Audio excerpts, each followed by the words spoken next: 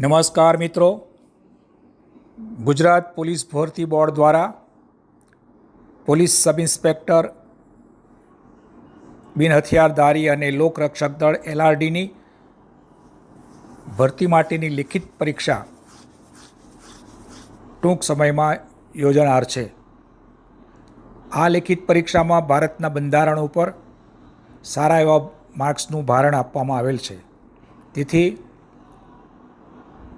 ઉમેદવારોને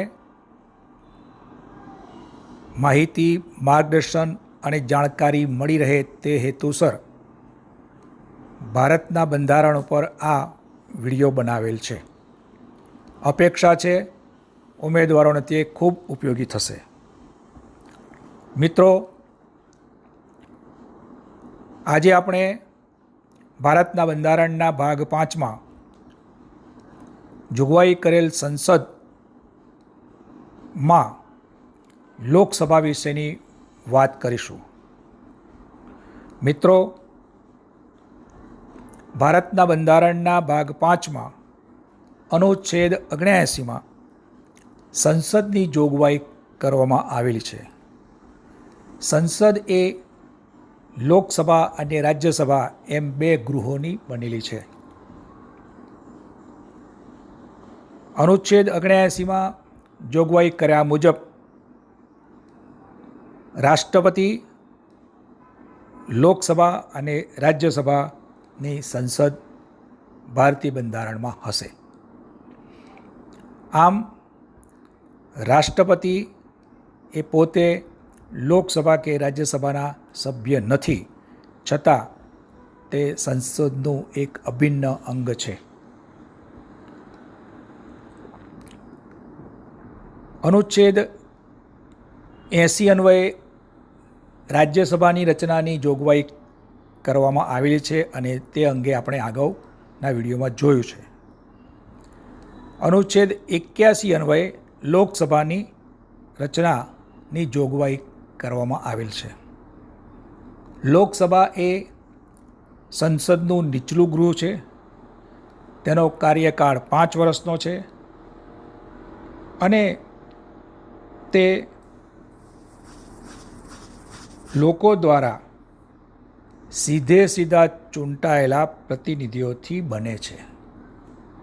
તો આજે આપણે લોકસભા વિશે લંબાણથી ચર્ચા કરીશું. ભારતના બંધારણના ભાગ 5ના અનુચ્છેદ 81માં લોકસભાની રચનાની જોગવાઈ કરવામાં આવેલ છે. તે અન્વયે લોકસભામાં મહત્તમ 550 સભ્યો હોઈ શકે છે. બધા રાજ્યના કુલ પ્રતિનિધિની સંખ્યા 530થી વધુ ન હોવી જોઈએ. બધા જ સંઘ રાજ્ય ક્ષેત્રો, કેન્દ્ર શાસિત પ્રદેશોના પ્રતિનિધિઓની સંખ્યા 20થી વધુ ન હોવી જોઈએ. આમ લોકસભાની મહત્તમ સભ્ય સંખ્યા 550 છે. હાલમાં 543 બેઠકો કાર્યરત છે, જેમાંથી 524 બેઠકો રાજ્યોનું અને 19 બેઠકો કેન્દ્ર શાસિત પ્રદેશોનું પ્રતિનિધિત્વ કરે છે. અનુચ્છેદ 330માં અનુસૂચિત જાતિ અને અનુસૂચિત જનજાતિને તેમની જનસંખ્યાના પ્રમાણને આધારે લોકસભામાં અમુક બેઠકો અનામત રાખવાની જોગવાઈ કરવામાં આવી છે. તે અન્વયે હાલમાં અનુસૂચિત જાતિની 84 અને અનુસૂચિત જનજાતિની 47 બેઠકો લોકસભામાં અનામત છે. અનુસૂચિત જાતિ અને આદિજાતિના ઉમેદવાર બિન અનામત બેઠક ઉપર પણ ચૂંટણી લડી શકે છે. અન્ય પછાત વર્ગો OBC અને EWS માટે અનામતની વ્યવસ્થા નથી. લોકસભામાં અરુણાચલ પ્રદેશ, ગોવા, નાગાલેન્ડ, સિક્કિમ જેવા રાજ્યો અને આંદામાન નિકોબાર, ચંદીગઢ અને પોંડિચેરી જેવા કેન્દ્ર શાસિત પ્રદેશોમાં અનુસૂચિત જાતિ કે અનુસૂચિત જનજાતિ માટે અનામત બેઠકો નથી. લોકસભાના સભ્યની લાયકાત અથવા યોગ્યતા ની જોગવાઈ અનુચ્છેદ 84માં કરવામાં આવી છે. તે અન્વયે લોકસભાના સભ્ય એ ભારતના નાગરિક હોવા જોઈએ. ઓછામાં ઓછી ઉંમર તેમની 25 વર્ષ હોવી જોઈએ. તેણે ચૂંટણીનું જે ફોર્મ ભરે ત્યારે તેણે ત્યાં શપથ લીધેલા હોવા જોઈએ અને તે નાદાર કે માનસિક રીતે અસ્થિર જાહેર કરાયેલ ન હોવા જોઈએ. કેન્દ્ર કે રાજ્ય સરકારમાં લાભનો હોદ્દો ધરાવતા ન હોવો જોઈએ. કોઈ પણ ન્યાયાલય એટલે કે કોર્ટ દ્વારા તેમને ગુનેગાર પુરવાર થયેલા ન હોવા જોઈએ. ઉપરાંત સંસદ દ્વારા જે નક્કી કરાયેલી છે અથવા તો માગવામાં આવેલી છે તેમાં તે યોગ્યતાનો અભાવ અથવા સંસદ દ્વારા તેમને અયોગ્ય ઘોષિત કરેલા ન હોવા જોઈએ.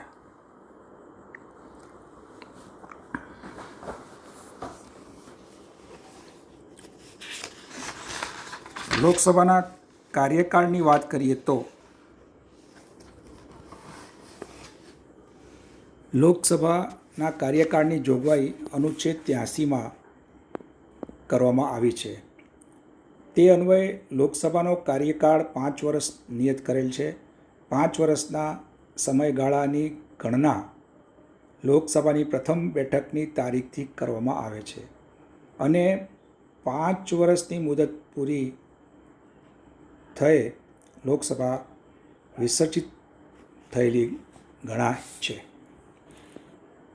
અનુચ્છેદ 85માં જોગવાઈ કર્યા મુજબ જો રાષ્ટ્રપતિને યોગ્ય લાગે તો તે 5 વર્ષ પહેલાં પણ લોકસભાનું વિસર્જન કરી શકે છે, પરંતુ આ માટે રાષ્ટ્રપતિને કેન્દ્ર સરકાર કેન્દ્રીય મંત્રીમંડળની લોકસભાના વિસર્જન કરવા માટેની સલાહ જરૂરી છે.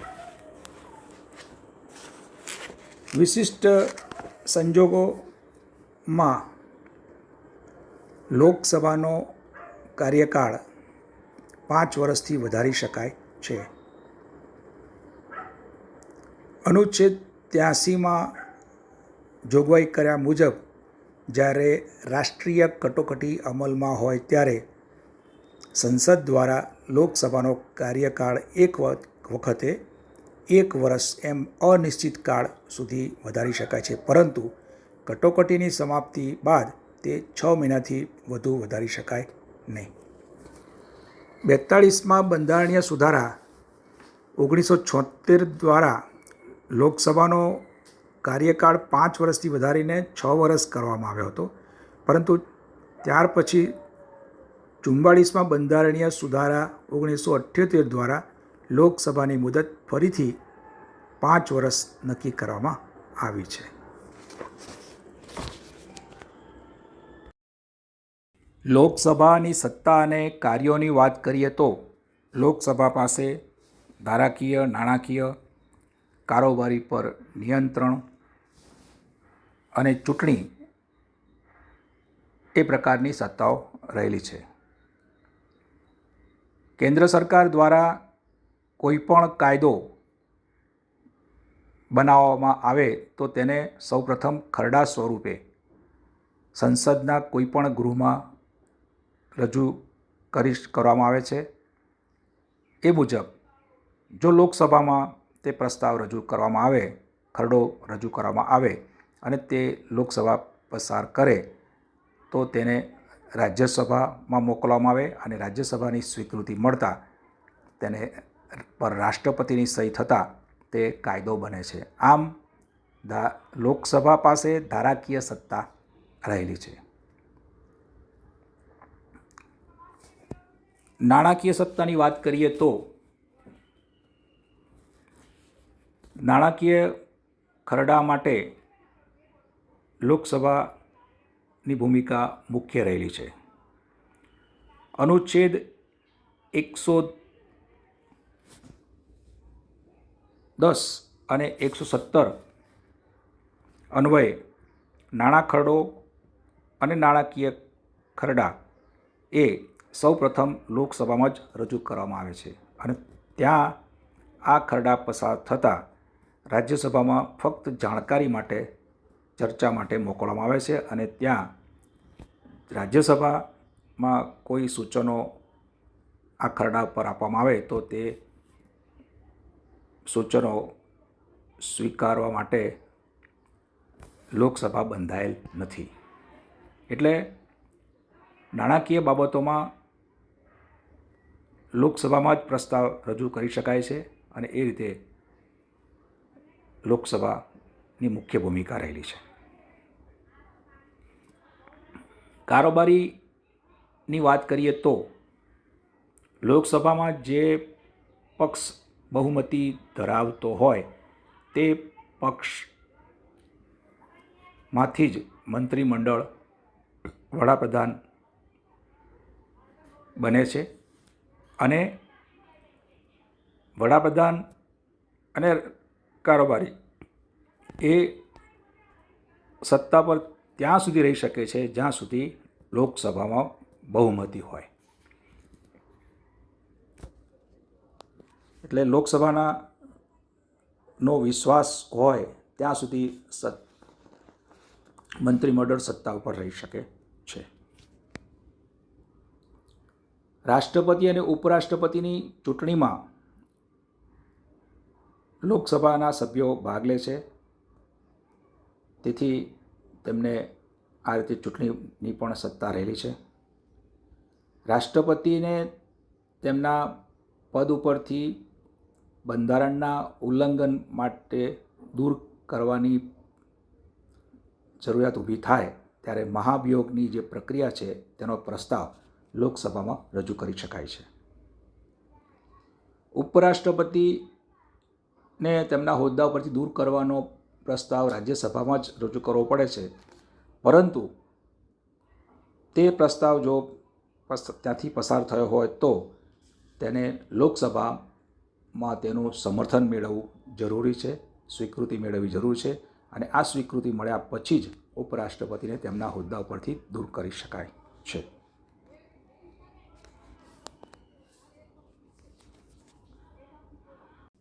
લોકસભાની બેઠક મળે ત્યારે તેનું સંચાલન કરવા માટે એક અધ્યક્ષ અને અધ્યક્ષની ગેરહાજરીમાં ઉપાધ્યક્ષ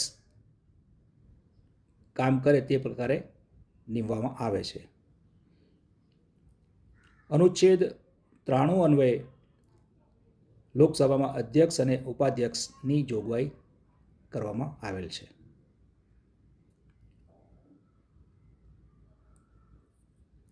લોકસભામાં સભ્યો પોતાના માંથી જ એક અધ્યક્ષની ચૂંટણી કરીને અધ્યક્ષ તરીકે નિમે છે.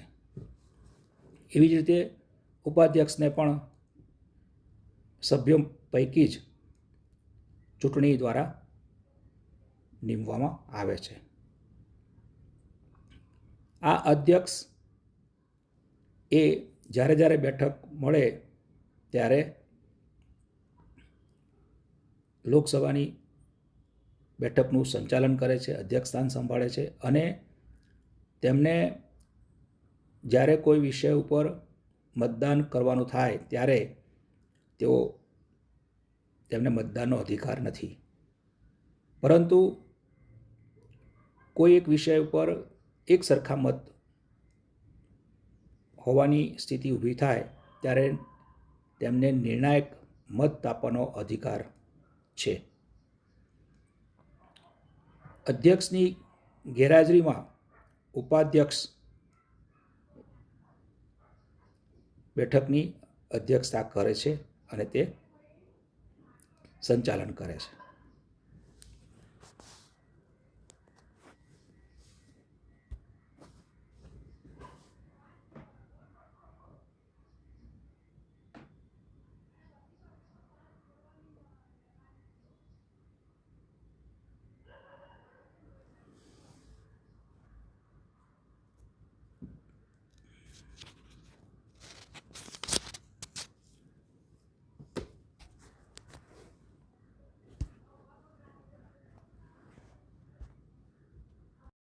આમ આજે આપણે લોકસભાની રચના, તેની સત્તા, તેના સભ્યોની લાયકાત તેમજ સ્પીકર એટલે કે અધ્યક્ષ, ડેપ્યુટી સ્પીકર એટલે કે ઉપાધ્યક્ષની ચર્ચા કરી. આગામી વિડીયોમાં આપણે અન્ય ભારતના બંધારણ ઉપર અન્ય બાબતો પર ચર્ચા કરીશું. ત્યાં સુધી વિરામ લઈએ અને આપને આ જો વિડીયો ગમે તો લાઈક કરજો, શેર કરજો અને જરૂર પડે કોમેન્ટ કરજો. અને અમારી આ ચેનલને જો આપે સબસ્ક્રાઈબ ન કરી હોય તો સબસ્ક્રાઈબ કરજો, જેથી આગામી વિડીયો આપની પાસે સરળતાથી પહોંચી જાય. આપનો ખૂબ ખૂબ આભાર. ધન્યવાદ.